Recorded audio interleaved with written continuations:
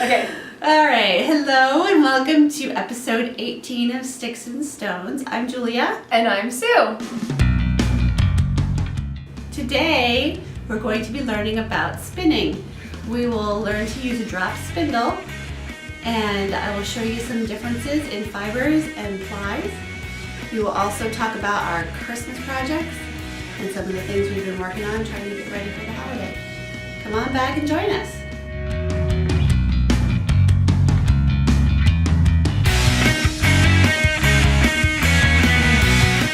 Welcome. Hi, we're back at my house. Yay!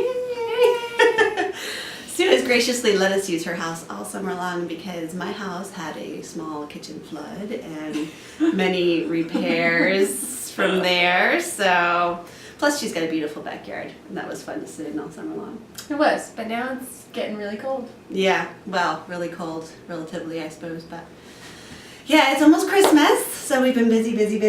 Yes. I've been doing a lot of projects. I assume you have too. Yes, trying to. I don't have very many finished, but I still have like a whole, another weekend. Week and a half, right? Yes. So, I've got till 24th at midnight, right? And if your family comes late, like mine does, you have till the 27th. I'm kind of counting on that a little bit. So, why don't you show us what you've been working on? One thing I've been working on a while ago, and I forgot to show, are these snowflakes, and they're kind of floppy. They're so cool. beaded snowflaks, but you take them and then when you're finished, you put them in floor polish, which I don't even know what floor polish is because I've never polished my floor. I have to go buy some. Oh, that's but so cute. It's like that wax Yeah. that people put on their floors, and then it makes them stiff so that you can hang them up. Neat. So that one is really floppy, but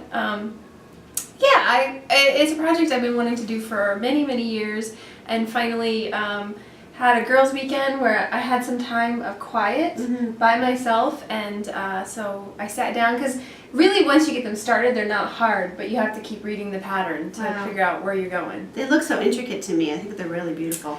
They are kind of intricate. I mean, it's not knitting in that like you do a row of this and then you do a row of something else. This is like each round is a row and you do something different, but you do it once and then you do it like 6 times, and then you go to the next row and you do that 6 times. So I see. Yeah, it's really circular. You start in the middle and then you go through, and it's definitely something that I think if you did a bunch of them, you'd start to pick up on the pattern. Okay. That you could modify it and do your own. So Cool. so I made some snowflakes. Very nice. The other thing that I actually completed was one of my art portfolios for someone, and I just found this fabric. And it's so cute. I just like the turquoise. So this is something that I like to make for kids, and it's an art portfolio with a tablet. This one's actually a used tablet. One of my kids used it. Colored pencils, and then room for stickers. And so I make it too, so you can put a tablet that's top bound or side bound, so you can slide one in here. Oh, how nice. And so I've had actually a couple orders for them this year. And so, so then you can fold it all up and put it in your bag and go. So my kids take these to church. They take them everywhere we go that I think they're going to need, 10 minutes by themselves. Yeah. And so, I really like how this one turned out. So cool. And it's nice and sturdy feeling, like it. Did you put cardboard in the back? No, there's actually fusible interfacing, and I used a different kind. Usually I use fusible fleece, so that's a little fuzzy. This time I used a double-sided fusible interfacing, so both sides fuse. Like I had to make the piece and then stick it in and then iron it so both pieces fuse together. That's neat. So. It feels really sturdy. That's really good. That's not going to fall And apart. this is actually the leftover piece of my belt that I made. I remember that. Yeah, I saw it and I was like, oh, the colors match. So I'm hoping that she'll like it. It's for a little girl, and she is 6, and her grandma got it for her, and she was like, I said, what is she into? And she said, I was like, princesses, but they grow out of princesses. Yeah. So, because my kids have been using theirs since they were like 3, and now they're 6 and 9. Okay. In fact, I made a new one for my daughter, so they last a long time if you. So I have that, and I was working on some more bangles. This is a gift for someone who wanted one, so I'm going to be sending that to her shortly. And I took that same fabric, the owl fabric, and I'm pairing it with this fun fox fabric, and I'm making my daughter a new library tote for Christmas. And we all know how to do that now. Yes. Well, this one I think I'm going to do a little bit differently. I think I'm going to make it maybe round, and I'm going to put piping in the bottom. Okay. So that it'll stand up. Nice. And so I'm going to put a little bit more, some fusible fleece in it, or some of the, so that it'll stand up a little bit. Mm-hmm. So it's still the same basic idea as the tote project that we did. Right. But it's just putting some piping in and a little extra sturdiness. And then these are going to be the handles. Oh, all right. The brown handles. Nice and sturdy. Yes. Yeah, you know, the tote that we did, we put the handles on the top here. I'm going to run these from the bottom because she likes to get a ton of books. Yeah. I'm afraid she's just going to rip the handles off. So That's a good idea. I'm going to take this and run it top to bottom. Very nice. And then around and down again. So that will be a very good Christmas present. yes. So that's what I've been working on. Really just working on finishing up my jewelry orders that I have and the art portfolios. So how about you? What do you have going on for Christmas? Well, I've been kind of crazy. There's actually a knit-along going on with 2 other podcasts, the Fat Squirrel Speaks and the Stockinette Zombies. They're doing a crazy knit-along, and I thought to myself, well, yeah, I guess I can join in on that because I think I've knit more in the past 2 months than I have ever knit in my life. Really? And well, just the number. Like I've been finishing a lot, and I never thought I'd finish. Actually, I just realized I finished my Orchid Thief, and it's upstairs on my bed. You'll have to show it to us next time. Yeah. Oh, it turned out so pretty. But so I finished the whole that was time. The one that was lacy. Yeah. Next time, we'll say it'll give us something to look forward to in January. Yeah, and it'll be good too because it's that nice ethereal blue, and it'll go good. If we ever get snow, it'll look really pretty. I miss the snow. So this is a headband, like kind of a little bit of a decorative headband plus ear warmer. Nice, That I like put it. together. It's got a little button on the bottom, so you can just clip it behind your head, and it doesn't mess up your hair too much. This is the blue leaf headband, I believe, is the pattern. And then these are mitts for my dad. These are from Knitty. They're called Dashing. And they're just simple cabled fingerless mitts for a man. Or a woman. Yeah, a woman could wear them too, but I mean, they're actually designed for a man, so they're a little more masculine no, looking. they do a lot of room in there and give. Yeah. I've made these a couple times. I really like them. This is out of just the simple lion brand fisherman's wool, so they'll hold up really well. They look like tree trunks. Well, they do kind of. You could put a little bird on there. That little owl that we made. Yeah. Put him right there. That's a cute idea. That's for Halloween next year. That'd be fun. Yeah. And I made a cowl with stripes. This is actually 2 different yarns. It's a silver Vanna's Choice and then a ball of Kudo that I picked up for cheap at the yarn shop.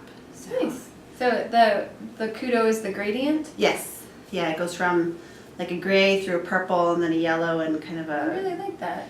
a darker gray. I like how the silver really shows the colors. Yeah, that's why I thought it would be kind of fun. And it's just, just slip it on and it keeps your neck warm. I almost like these better than scarves because they don't fall off. You don't have to keep throwing them around your neck.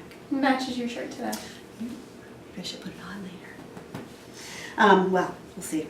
I showed you guys this a long time ago, but I never showed you the finished product. This is the Mushishi cowl that I was working on. Okay. All done and finished up, and I put buttons on it that don't match, but they don't match each other. They match it.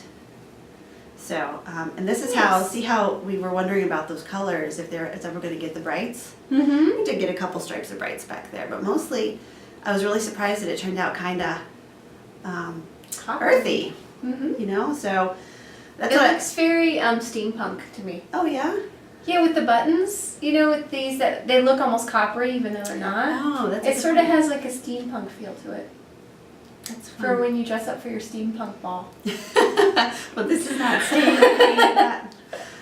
Yeah, I just thought it was cool. The one thing I really like about variegated yarns is you never really know how it's going to turn out. Every one of them is very different, so that was fun.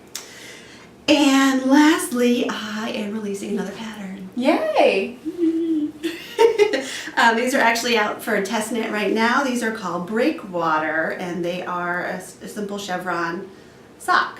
Fun.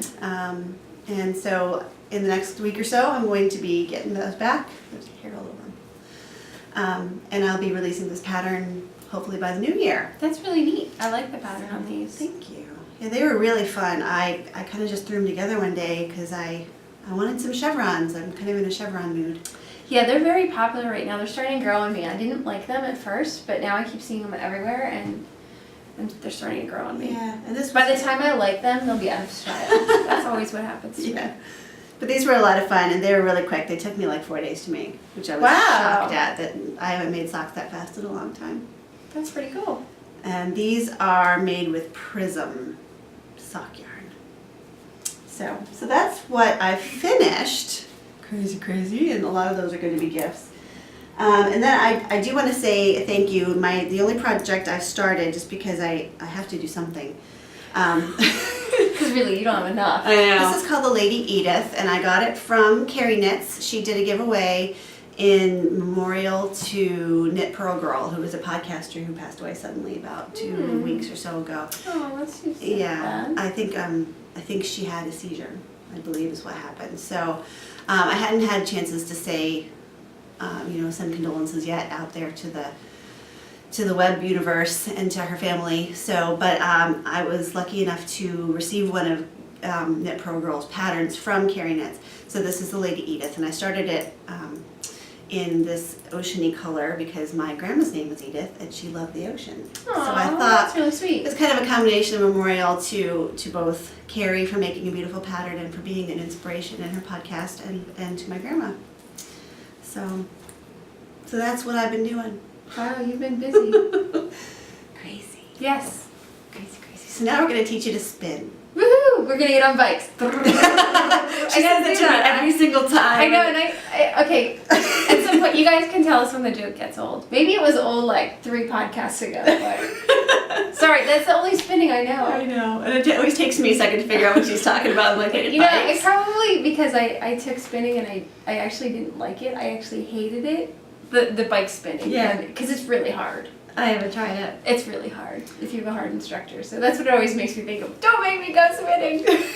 Well, we're gonna have fun spinning. I have some drop spindles, and I have an Ashford Traveler too, but I'm not gonna get into that today. We'll do wheel spinning another time. So okay, come on back, and we'll show you how to spindle spin. Yes. Today I'm going to show you guys how to use a drop spindle, but I wanted to start off by showing you what roving looks like and the different kinds of fiber that you might come across at a fair or online. The most common one I think you'll find these days is a braid. This is a wool, I believe this is merino, no, it's blue face Leicester or BFL. This has already been dyed, it's already been braided, it's weighed by ounces, so a lot of times at fiber festivals or on Etsy, you'll find a braid this way, and then this, you just take the braid apart when you're going to spin it, and it's in a thinner strip of fiber. You might also come across something called a bat. Now a bat is also fiber, but it's usually rolled up. Instead of being in a braid in a thinner strip, you get a flat, wider piece of fiber. With this, you can rip off pieces and work with a smaller piece, or you can spin from the center, pull out pieces from here. Very lately, I've seen a lot of bats that are done in gradient style with lots of colors, and you pull out one color at a time, and it makes a really interesting looking piece of yarn when you're finished. So this is a bat. So these 2 skeins of fiber are from the same piece of roving. One is spindle spun, and it's a single ply. It's just a little tiny skein I was playing with. And this was spun on my Ashford Traveler, and it's a 2-ply. It's kind of barber poled a little bit. So you can see that they are the same colors, but they're a very different weight. This is much thinner than this one, and this one's much firmer than this one. So that's a single and a double. And then I have another example of different plies of the same yarn. This one is another 2-ply. Again, it's pretty barber poled. And this is the same skein, or the same piece of fiber, only it is 3-plied or Navajo plied. You can do all this plying on your spindle, or you can do it on a wheel. I personally enjoy my wheel more, but it's definitely more expensive. So if you wanted to get started in spinning, a spindle is the way to go, and you can very easily create either a 2-ply or a 3-ply on a spindle.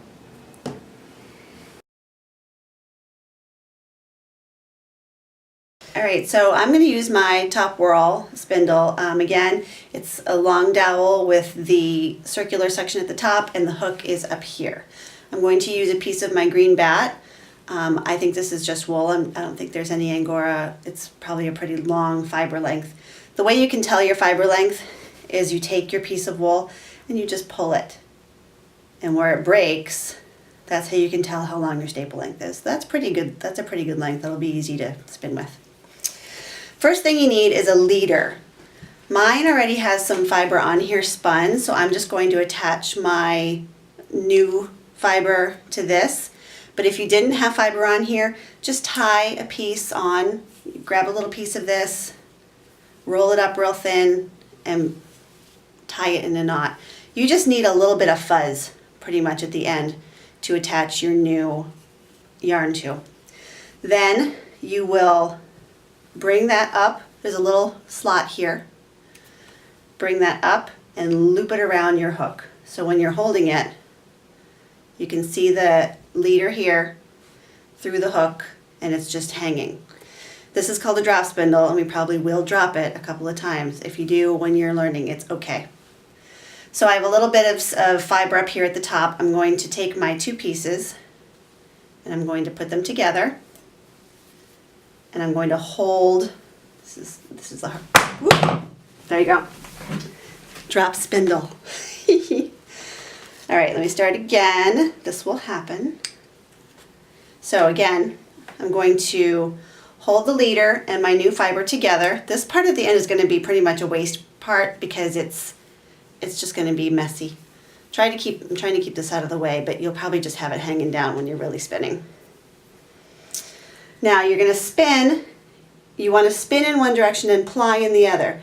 I typically spin to the right, so my twist will go from left to right. So I spin the dowel and then you just start pulling your yarn. And when you get a good length, you let go. And then you pull it some more and you let go. And the spin from your spindle travels up the length of yarn and pulls those fibers together. I'll show you again. So you spin that, pull out a little section, and move your fingers up. You don't want to let it go too far up because if it gets tangled in the big bat, you'll have a real mess and it'll be really thick. So if you want to get a nice smooth thin line, just spin it one time, get it going, pull some out, and let the twist move up.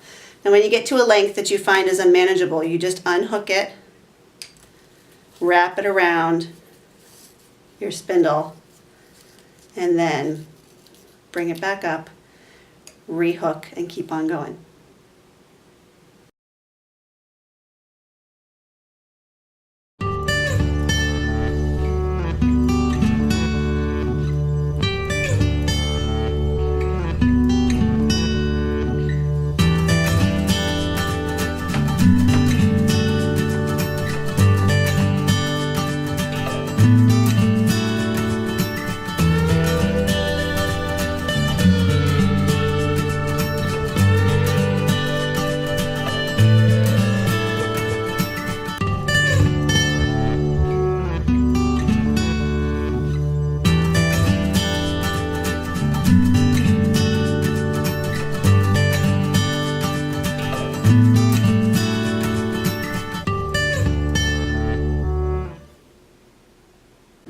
So to get started, I pulled a little bit off, right? And I have to twist it? Yeah. Make a...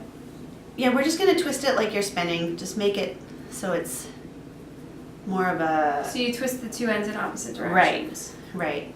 So it's more of a string than a piece of fluff. If you have a piece of yarn, you can use that too. It's not a big deal. And then you're just going to tie it around however you want to do it so it's attached. It doesn't even need to be knotted. You just want to have enough. I'm going to tie a knot. It'll be easier for you. Yeah, I need easy. And this can just slide off at the end when you're done. You're going to bring it up through your notch and then wrap it around your hook. And you got your little bit of fuzz there at the end to hook your Okay. And then I take these two things and I hold them together. Mm-hmm. Is this too stretched out here for me? Yeah, let's fold that back under and start with it. So that's all you have to do if you want to make it thicker is you just keep folding it back on itself. Yep. Okay. And then I hold these two together. Yep. And I spin. And you spin clockwise, right? Yes. Ah! Like that. Yeah. But I'm It's okay. Let's get it moved up a little bit. So just move your fingers up. to here. Yep, and see now you have a little more space to work with. Alright, so I'm spinning and I'm pulling this. Yeah. And then I let go, but now it's spinning the wrong way. Spin again. And that's kind of if you have a good spindle, it will just spin and spin and spin and spin and spin without stopping. It keeps going. Like I said, it does. It takes I gotta put this. a lot of this. A lot of it is based on timing, and that's where the skill comes in. It's Woo! very nice. Well, you told me that you spin against your leg when I Yeah. did. So can I just let this unwind because it got really crazy, Yeah. or do I just let it No, go? you can let it unwind, or you can continue to pull from the top and let it move up without spinning again. Now, noticing though, you're not actually pulling the fibers apart; you're just sliding your hand up. Okay. So, I'm afraid I'm gonna break it. no, well, if you do, you just start again. But this is what I was talking about. See, your twist is all the way up here already. Okay. You want to have your twist away Down from here. the yarn that you're pulling, so that you're able to separate the Okay. fibers, and then it can come up. So start here. We'll just spin that up like that. Start up here. Okay. So I'm starting up here, Mm-hmm. and I'm holding it in my right hand. I'm gonna spin it with my left, and then I'm gonna pull. Yep. And then you just let go with your left, and let that spin come up. You're going the wrong way. But a lot of this is just timing. You have to know when to twist. You have to know when to pull. You have to know when to move your hands. And once you get that rhythm, and you know how to feel, the fiber sliding against itself. Oh my gosh, this is totally ridiculous. My yarn is not yarn. Yes, it is. It's art yarn. There are people who pay a lot of money out there for the thicker Woohoo! I'm gonna variety. get it. It's boucle. No, everybody's yarn, their first yarn is always like that. It's always really unusually sized, and that's okay. Okay. It is really okay. One thing that Sue had asked me that I forgot to mention to you guys, when you're plying, you're actually taking two singles, putting them together and spinning them together around each other the opposite direction. So if you get an overspun section that kind of spins up on itself, it will balance itself out once you ply. So you spin a single. If you want to do two-ply, you spin two singles, and then you spin those two together opposite direction. And you would need a bobbin or a way to contain those balls of yarn so that you can respin them on your spindle, but you can do two plies together on here. And then obviously a three-ply is the same, only using three. Was there something else you asked me that I can't remember? I don't know, I'm concentrating so hard I think there's smoke coming out of my head. So, but this is fun. I mean, just It get is some. fun if you can get the hang of it here. Yeah. Oh, see, I'm dropping mine too. This is not my preferred method. Looking better. And then, that's like crazy. Ooh, that's spun. overspun, but that's all right. That's like a kid's toy. And then I take it off there and then I put it around here, right? Yep, wind it up so it's a manageable length for you again, and ooh, keep on going. This is cracking me up. This is so funny.